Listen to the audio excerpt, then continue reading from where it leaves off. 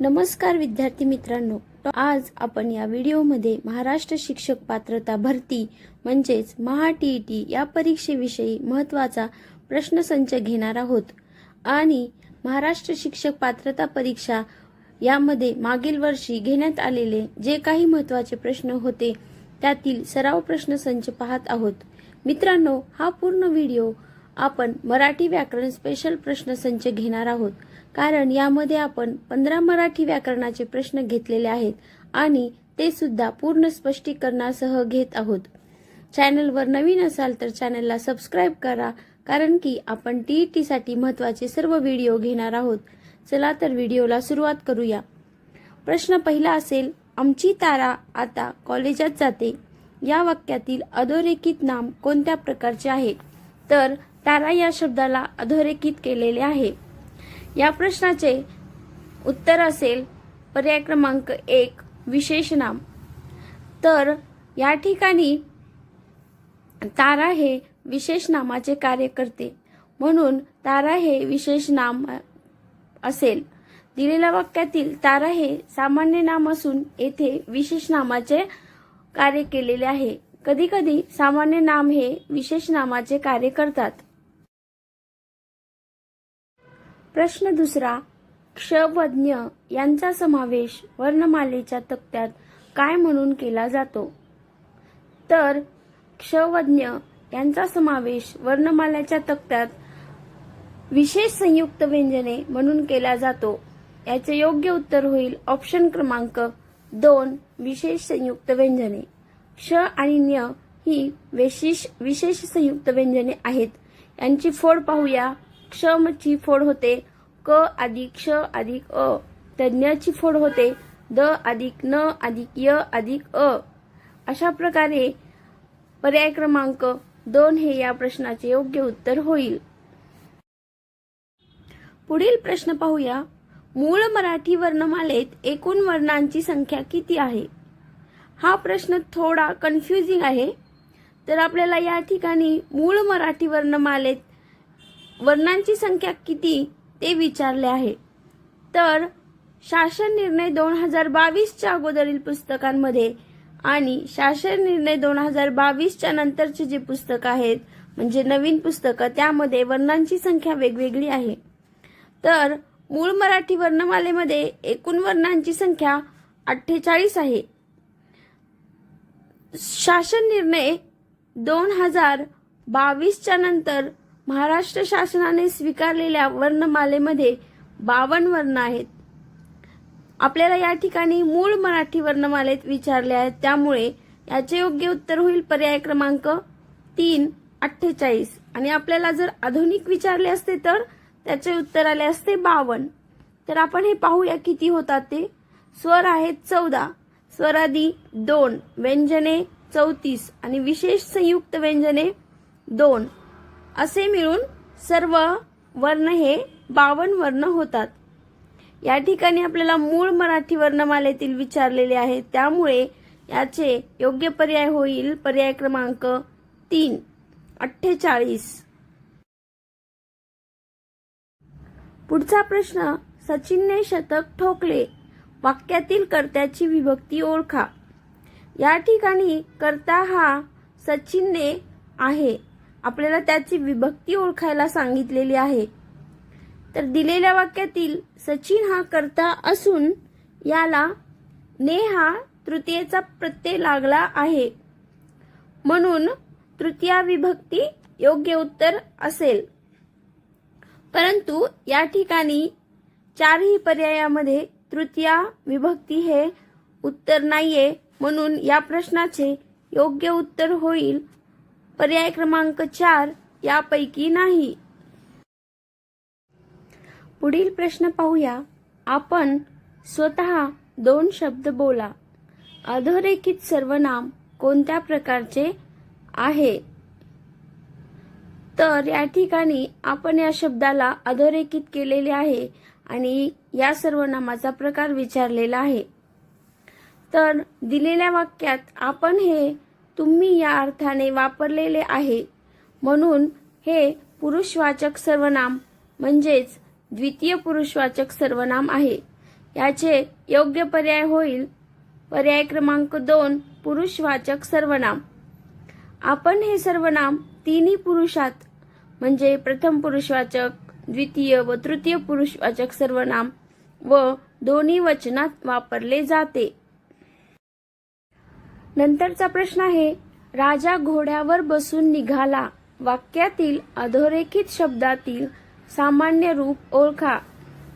तर या ठिकाणी घोड्यावर या शब्दाला अधोरेखित केलेले आहे.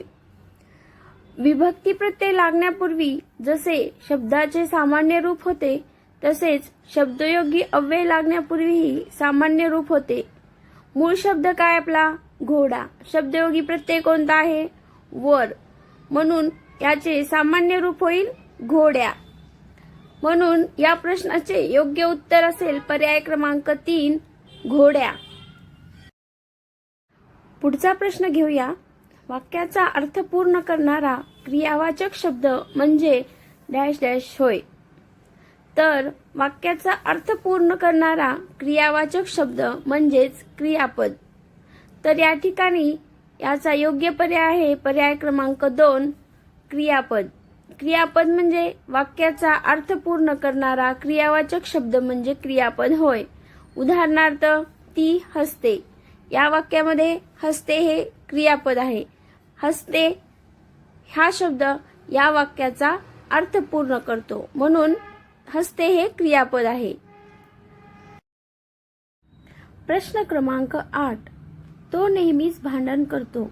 या वाक्याचा काळ कोणता? तर तो नेहमीच भांडण करतो या वाक्याचा काळ असेल रीती वर्तमान काळ. वाक्यामधील नेहमी हा शब्द रीती वर्तमान काळ दर्शवतो. वाक्यात नेहमी, सतत असे शब्द आल्यास तो काळ रीती असतो. त्यामुळे या प्रश्नाचे योग्य उत्तर होईल पर्याय क्रमांक 4 रीती वर्तमान काळ. पुढील प्रश्न पाहूया. पैठणी या शब्दाचा विशेषणाचा प्रकार ओळखा. तर पैठणी या शब्दाचा विशेषणाचा प्रकार होईल नामसाधित विशेषण. आपण या ठिकाणी नामसाधित विशेषण याची व्याख्या पाहूया.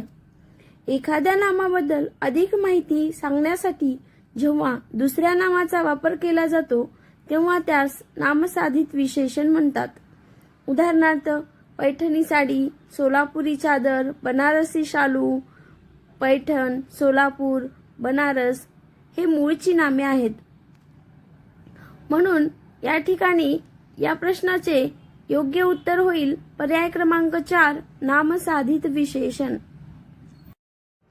पुढील प्रश्न, ज्या शब्दांवर लिंग, वचन, विभक्ती यांचा परिणाम होऊन त्यांच्यात बदल होतो अशा शब्दांना काय म्हणतात?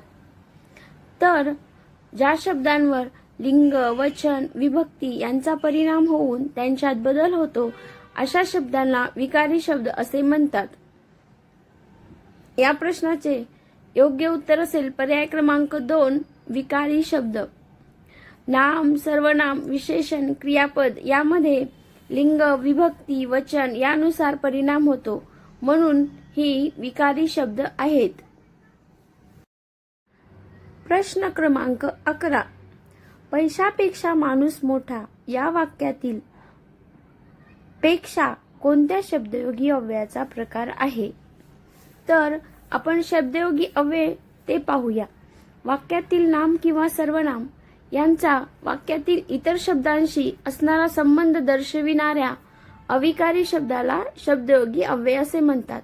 तर या ठिकाणी आपल्याला पेक्षा या शब्दयोगी अव्ययाचा प्रकार विचारलेला आहे. शब्दयोगी अव्यय नेहमी एखाद्या नामाला किंवा नामाचे कार्य करणारे शब्दाला जोडून येतात. तर या ठिकाणी याचे योग्य उत्तर होईल पर्याय क्रमांक 3 तुलनावाचक शब्दयोगी अव्यय. तुलनावाचक शब्दयोगी अव्ययामध्ये कोणकोणते शब्द येतात? पेक्षा, तर, मध्ये, परीस हे लक्षात ठेवा जेणेकरून तुम्हाला सोपे जाईल. पुढील प्रश्न, अबब किती मोठा साप आहे यातील अबब काय आहे? तर या ठिकाणी याचे उत्तर होईल पर्याय क्रमांक 1 केवल प्रयोगी अव्यय. आपल्या मनातील विचार व्यक्त करण्याअगोदर उत्कट भावना व्यक्त करण्यासाठी केवल प्रयोगी अव्यय वापरतात. तर या ठिकाणी अबब हे केवल प्रयोगी अव्यय आहे आणि हे आश्चर्यदर्शक केवल प्रयोगी अव्यय आहे. पुढील प्रश्न, भाजीपाला घेऊन बाबा घरी आले. अधोरेखित शब्दाचा समास ओळखा. या ठिकाणी भाजीपाला या शब्दाला अधोरेखित केलेले आहे आणि याचा समास ओळखायचा आहे. तर भाजी, पाला, कोथिंबीर व मिरची यांसारख्या इतर वस्तू हे समाहार द्वंद्व समासामध्ये येते. म्हणून या प्रश्नाचे योग्य उत्तर आहे पर्याय क्रमांक 1 समाहार द्वंद्व समास. तर यामध्ये दोन्ही पदाबरोबर इतरही घटक महत्त्वाचे असतात. पुढील प्रश्न, मुखातून निघणाऱ्या मूळ ध्वनीला काय म्हणतात? तर मुखातून निघणाऱ्या मूळ ध्वनीला वर्ण असे म्हणतात. याचे योग्य उत्तर होईल पर्याय क्रमांक 2 वर्ण. स्पष्टीकरण पाहूया. आपल्या तोंडावाटे निघणाऱ्या मूळ ध्वनींना आपण वर्ण असे म्हणतो. हे मूळ ध्वनी हवेत विरतात व नाहीसे होतात. ते नष्ट होऊ नयेत म्हणून आपण त्यांना लिहून ठेवतो. आपण ते रंगाने म्हणजेच वर्णाने लिहून ठेवतो म्हणून त्यांना वर्ण असे म्हणतात. उदाहरणार्थ मू. मू हे काय आहे? अक्षर आहे. तर म, उ हे वर्ण आहेत. त्यामुळे याचे योग्य उत्तर होईल पर्याय क्रमांक 2 वर्ण. पुढचा प्रश्न, अण्णा व अक्का हे मराठीतील शब्द कोणत्या भाषेतून आलेले आहेत? तर अण्णा व अक्का हे मराठीतील शब्द कानडी भाषेतून आलेले आहेत. अण्णा, अक्का, भाकरी, कांबळे, आई, बांगडी, काका, ताई, अप्पा हे काही कानडी शब्द असून हे परप्रांतीय भारतीय शब्द आहेत. म्हणून या प्रश्नाचे योग्य उत्तर होईल पर्याय क्रमांक 2 कानडी शब्द. व्हिडिओ आवडला असेल तर लाईक, शेअर आणि सबस्क्राईब करा. धन्यवाद.